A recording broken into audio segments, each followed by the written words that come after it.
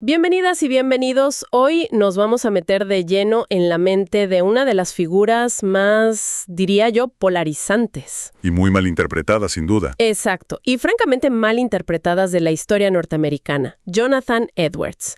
Tenemos en nuestras manos una adaptación de su gran obra de 1746, El Tratado acerca de los afectos religiosos. Y nuestra misión hoy es descifrar una pregunta que a él lo obsesionaba.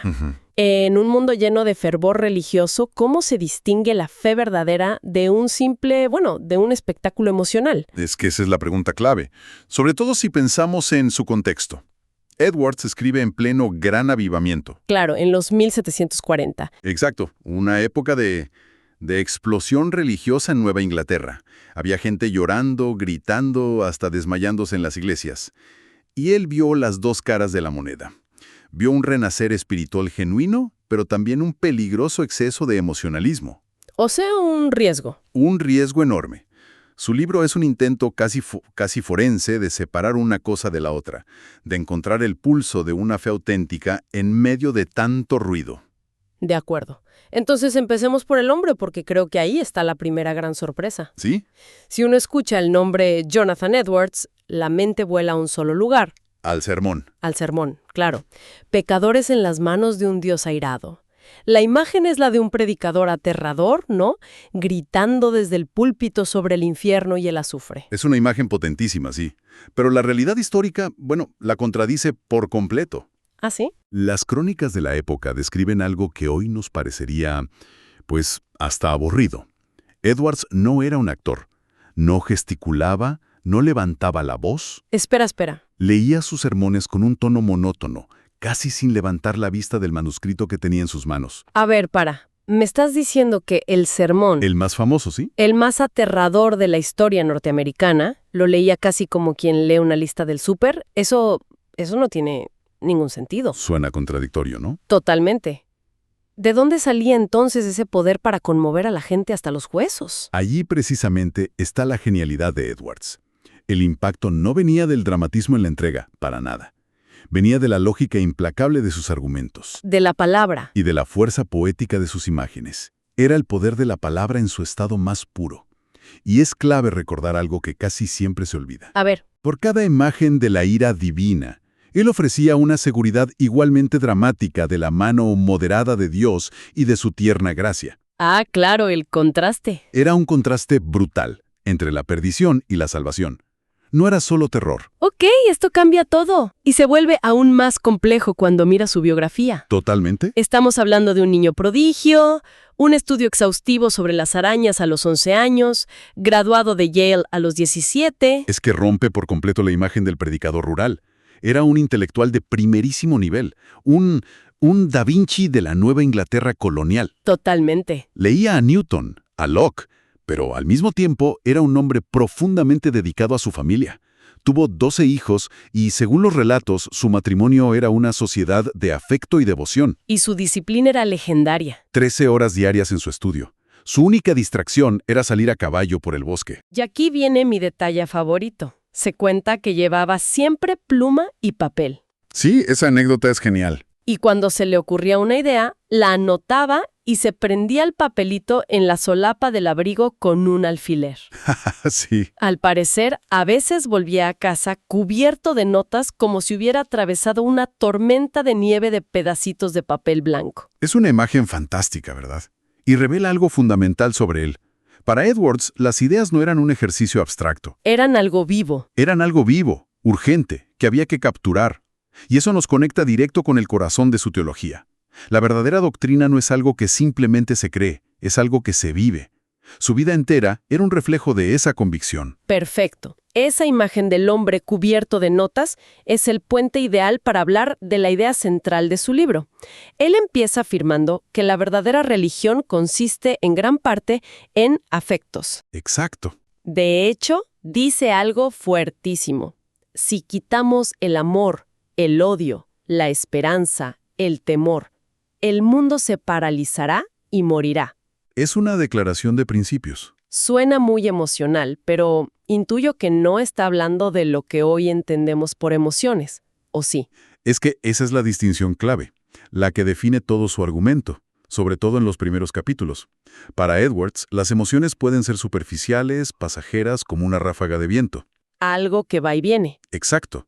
Los afectos, en cambio, son las inclinaciones más profundas y vigorosas del alma. Son los motores de la voluntad.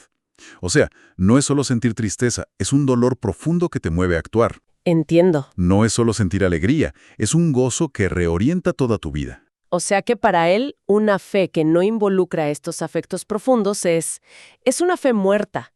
Sería como un coche con el motor apagado. Exactamente. Y con esta idea, Edwards estaba peleando en dos frentes. ¿Cuáles? Por un lado, contra los teólogos ultrarracionalistas de su época, para quienes la fe era poco más que un acuerdo intelectual con doctrinas. Una fe fría, de la cabeza nada más. Eso. Y por otro, contra el fervor descontrolado del gran avivamiento, donde la gente confundía cualquier experiencia emocional intensa con una obra de Dios. Él buscaba un camino intermedio. ¿Un equilibrio? Un equilibrio, una fe sentida profundamente en el corazón, pero anclada en la verdad doctrinal, y que fundamentalmente transforma la vida entera. Entiendo. Los afectos son inclinaciones profundas del alma. Pero eso me genera un problema enorme. A ver. Si son algo interno, ¿cómo evitamos el autoengaño? Cualquiera puede decir, siento un profundo amor por Dios en su corazón. ¿No nos regresa eso al mismo problema del fervor superficial que él quería criticar? ¿Cómo lo resuelve? Esa es precisamente la pregunta del millón. Y es la pregunta que él se propone responder en el resto de su tratado. Ok. Y su respuesta, que desarrolla a lo largo de varios capítulos, es sorprendentemente práctica. Terrenal, diría yo. A ver. Él argumenta que la única prueba fiable, la única evidencia concluyente de los afectos internos es la práctica cristiana externa. La práctica. Como él mismo escribe, y es una de sus frases más contundentes. Las acciones del hombre son la verdadera prueba de su corazón. Las acciones, como un espejo del alma. Suena lógico, pero ¿cómo lo defiende? Lo hace de forma sistemática, casi como un abogado presentando su caso. Por ejemplo, dice que la sinceridad se revela en la elección. ¿En la elección? Sí. Cuando tienes que elegir entre tus intereses mundanos, tu carrera, tu dinero, tu reputación, y tu lealtad a Dios, lo que haces en ese momento de conflicto revela lo que tu corazón realmente valora. La acción no miente. Claro, ahí se ve de verdad. El texto también usa la metáfora de la fe siendo probada como el oro en el fuego. Sí, y recurre a ejemplos bíblicos potentísimos para ilustrarlo. ¿Cómo cuáles? Menciona cómo Dios probó a Israel en el desierto para saber lo que había en tu corazón. O el caso de Abraham, a quien Dios le pide sacrificar a su hijo. ¡Uf! Tremendo. Después de que Abraham obedece, Dios no le dice, ya sé lo que piensas o ya sé lo que sientes. Le dice, ya conozco que temes a Dios. ¡Ah! Es sutil pero clave. La prueba no es para que Dios se informe, sino para que la fe se manifieste y se solidifique a través de la acción. Una acción observable. Entiendo. La prueba revela la realidad, pero creo que su argumento más demoledor es el que se basa en el juicio final. Sin duda, es su argumento definitivo, el cierre de su caso. ¿Por qué? Edwards señala que, en todas las descripciones bíblicas del juicio final, la evidencia que se presenta ante el juez supremo no son las profesiones de fe, ni las experiencias místicas. Ni los sentimientos intensos. Para nada. La evidencia son las obras. Si se dio de comer al hambriento, si se visitó al prisionero. Su lógica es simple y directa. A ver. Si esa va a ser la evidencia definitiva que use Dios para juzgarnos, entonces esa es la evidencia principal que deberíamos usar para examinarnos a nosotros mismos ahora. ¡Guau! Eso es muy potente. Desplaza todo el foco de la introspección subjetiva, del ¿qué siento?, a la observación objetiva, ¿qué hago? Exacto. Entonces, si traemos esto al presente, ¿qué significa todo? El autor de la introducción del libro que tenemos, Charles Colson, es muy crítico, ¿no? Durísimo. Habla de una cultura de narcisismo, materialismo y lo que él llama gracia barata. Y de una versión del cristianismo que se reduce a haga que Dios trabaje para usted y maximice su potencial. Y el pensamiento de Edwards es un antídoto directo contra esa mentalidad. ¿Por qué? Él dirá que la fe no consiste en usar a Dios para alcanzar nuestros proyectos personales de éxito. Se trata de que nuestro corazón sea tan transformado por la gracia que nuestros proyectos se alineen con los de Él. Cambia la pregunta. Cambia por completo. La pregunta fundamental ya no es ¿qué puede hacer Dios por mí?, sino qué clase de vida estoy llamado a vivir por Él y para los demás. Y la prueba de esa transformación es el servicio desinteresado. Y lo interesante es que Edwards no solo lo predicó, No para nada. lo vivió hasta las últimas consecuencias. El libro narra el episodio que le costó su puesto, el conflicto por el acuerdo de tolerancia en su propia iglesia. Así es. Era una práctica que venía de su propio abuelo, que permitía a la gente ser miembro de la iglesia y comulgar sin tener que profesar una experiencia de conversión personal. O sea, era más una cuestión social. Era una convención social, una forma de ser parte de la comunidad. Y Edwards, aplicando su propia lógica, llegó a la conclusión de que eso era una contradicción. Insistió en que la membresía debía ser para creyentes comprometidos. ¿Y cómo reaccionó su congregación? Lo despidieron. Así de simple. Y de una forma aplastante, además.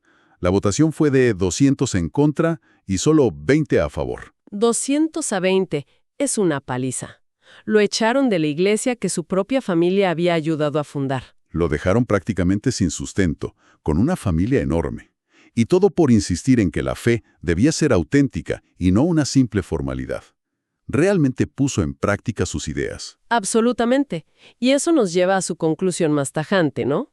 Sí, la que lo resume todo. Una experiencia religiosa, por muy espectacular que sea, si no va seguida de una práctica cristiana constante, es peor que nada. Porque la verdadera fe no es un evento único, es una trayectoria de vida. Se demuestra en la paciencia, en la humildad, en el amor al prójimo. Esa es, en sus palabras, la señal visible y exterior de la gracia espiritual e interior. Entonces, para resumir este viaje, la gran idea de Jonathan Edwards es que la espiritualidad genuina es un equilibrio delicado. Muy delicado. No está en la fría adhesión a una doctrina, pero tampoco en las llamaradas de un éxtasis emocional. Reside en esos afectos santos, esas inclinaciones profundas del corazón, Cuya única prueba de autenticidad es una vida de práctica cristiana observable y perseverante. Exacto. Y para terminar, el texto nos deja con una idea final, una que invierte completamente nuestra lógica cultural. ¿Cuál sería? Edwards argumenta que una conciencia verdadera de la gracia de Dios no produce arrogancia ni autosatisfacción.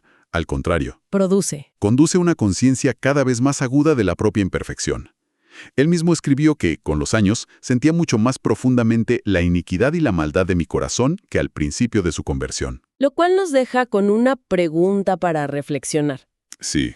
En una cultura que a menudo vende la fe como un camino hacia la autoafirmación y el empoderamiento personal, ¿qué significaría redescubrir que una de las señales más verdaderas del crecimiento espiritual podría ser, paradójicamente, una humildad cada vez más profunda, que nace no del autodesprecio, sino de una gratitud abrumadora por la misericordia recibida?